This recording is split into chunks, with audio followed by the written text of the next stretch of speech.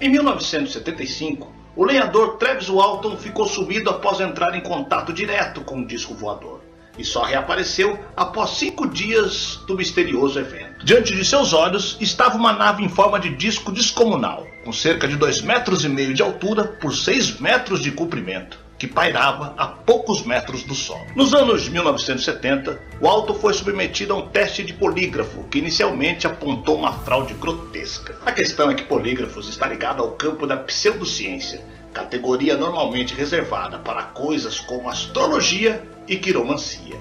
Quando muito, medem sinais de estresse, não se o indivíduo está falando verdade ou mentira. E mesmo se o teste fosse confiável, um eventual resultado positivo apenas diria que o Walton acredita no que está falando, não que falou o que realmente aconteceu. Enfim, a história ainda rende boas discussões. Muito por conta da falta de provas concretas, de registros conflituosos e de motivações um tanto quanto nebulosas. Mas isso não impediu Travis de conceber um livro com mais de 400 páginas, chamado Fogo no Céu, contando o seu ponto de vista dessa possível jornada alienígena que mais tarde se transformou num filme com o mesmo nome. Eu sou o Sidney Góes e você está no Placebo. Vem comigo, que no caminho eu te explico.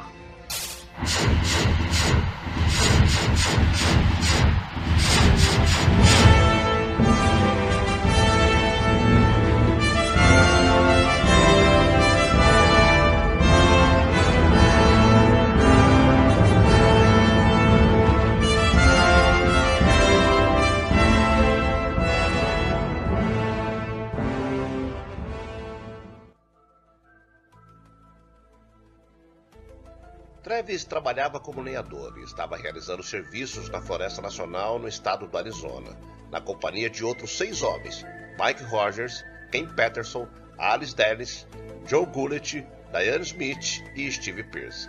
O grupo havia sido contratado pelo Serviço Florestal dos Estados Unidos para desempenhar uma variedade de tarefas, entre elas podar arbustos e pequenas árvores em uma área de mais de 1.200 acres, próximo ao vilarejo de Snowflake, onde os homens moravam.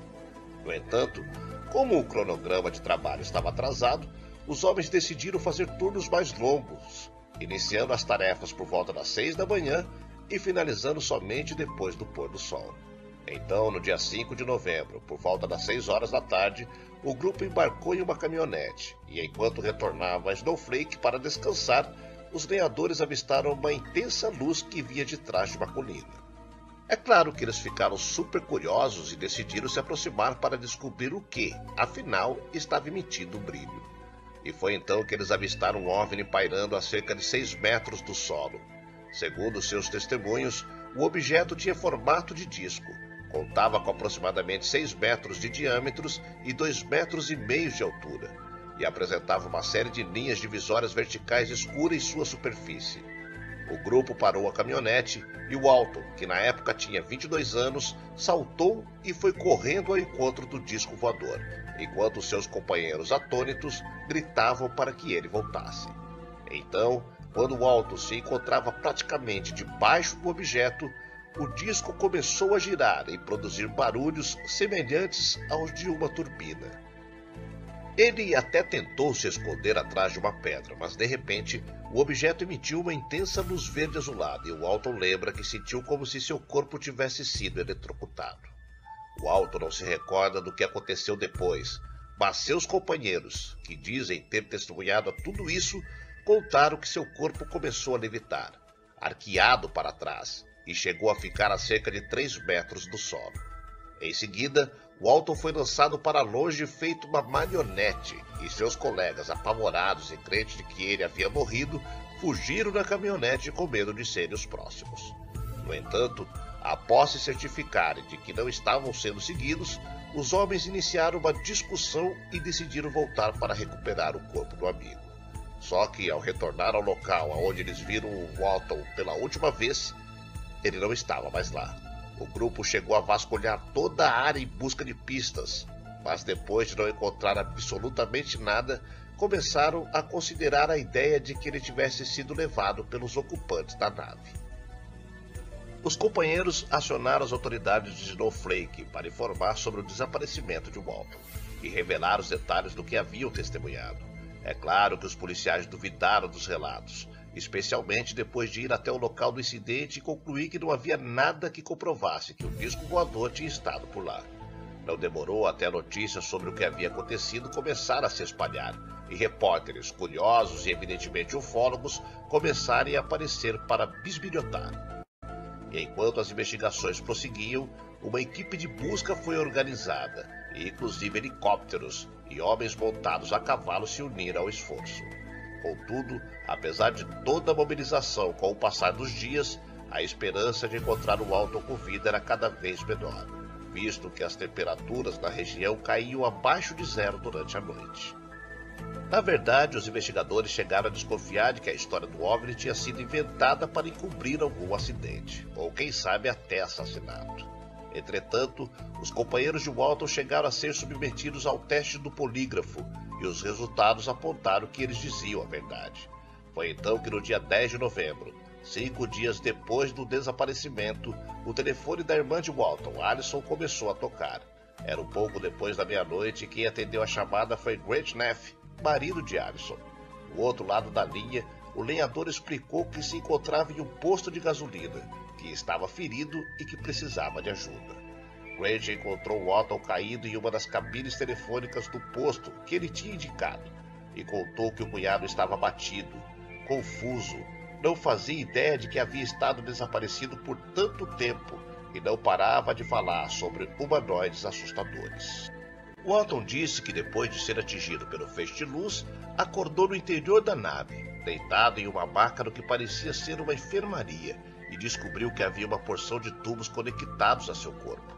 Além disso, havia um trio de seres com ele, que Walton descreveu como tendo cabeças desproporcionalmente grandes, pele extremamente branca e olhos enormes. As criaturas tinham baixa estatura, eram desprovidas de orelhas, boca e nariz e não tinham cabelos. O lenhador ainda descreveu que, embora estivesse sentindo muitas dores e se sentisse muito enfraquecido, entrou em pânico e deu um jeito de escapar da sala onde se encontrava. Então, enquanto corria no interior da nave tentando encontrar uma saída, ele se deparou com outro tripulante do disco voador, um homem loiro com cerca de 2 metros de altura que vestia um capacete e roupas espaciais. Esse homem o levou até o exterior da nave, e lá ele descobriu que se encontrava em uma espécie de hangar onde havia outros discos voadores. O tripulante misterioso conduziu ele até uma sala e nesse lugar ele viu outros seres com aparência humana. Em pânico, o lenhador não parava de fazer perguntas, mas seus anfitriões não diziam nada. Em seguida, os seres delicadamente puseram uma máscara sobre seu rosto. E tudo que o Walton se lembra depois disso é de ver a nave se afastar enquanto ele acordava no acostamento de uma estrada. Foi então que ele caminhou até o posto de gasolina, ligou para a casa de sua irmã e desmaiou na cabine telefônica. O incidente gerou uma repercussão imensa e foi largamente coberto pela mídia, tanto que a história de Walton e seus companheiros acabou ficando conhecida como o caso de abdução alienígena mais bem documentado de todos os tempos. E era mesmo de se esperar. Afinal, a coisa toda supostamente foi testemunhada de perto pelos 6 colegas do lenhador. E eles, inclusive, foram submetidos e passaram no teste do polígrafo. Aliás, Walton chegou a passar pelo teste em outras ocasiões, inclusive a pedido de organizações de ufólogos. Ele também apareceu em inúmeros programas de televisão e, juntamente com os seus companheiros, recebeu um prêmio em dinheiro de um tabloide sensacionalista pelo melhor caso de OVNI do ano, em 1978. Walton lançou um livro contando sua experiência e o caso se transformou em um filme, Fogo no Céu, de 1993. Contudo, apesar de o lenhador se transformar em uma celebridade e muita gente acreditar em sua história, não faltaram críticos dizendo que tudo não passou de uma bem elaborada farsa. De acordo com os céticos, existem inúmeras inconsistências no caso, e os testes dos polígrafos não foram realizados corretamente. Além disso, os críticos alegam que, coincidentemente, 2 semanas antes de Walton desaparecer, um popular canal de televisão norte-americano apresentou uma dramatização sobre a abdução do casal Beth Barney Hill e que o desaparecimento do lenhador foi orquestrado para aproveitar o falatório que o programa gerou.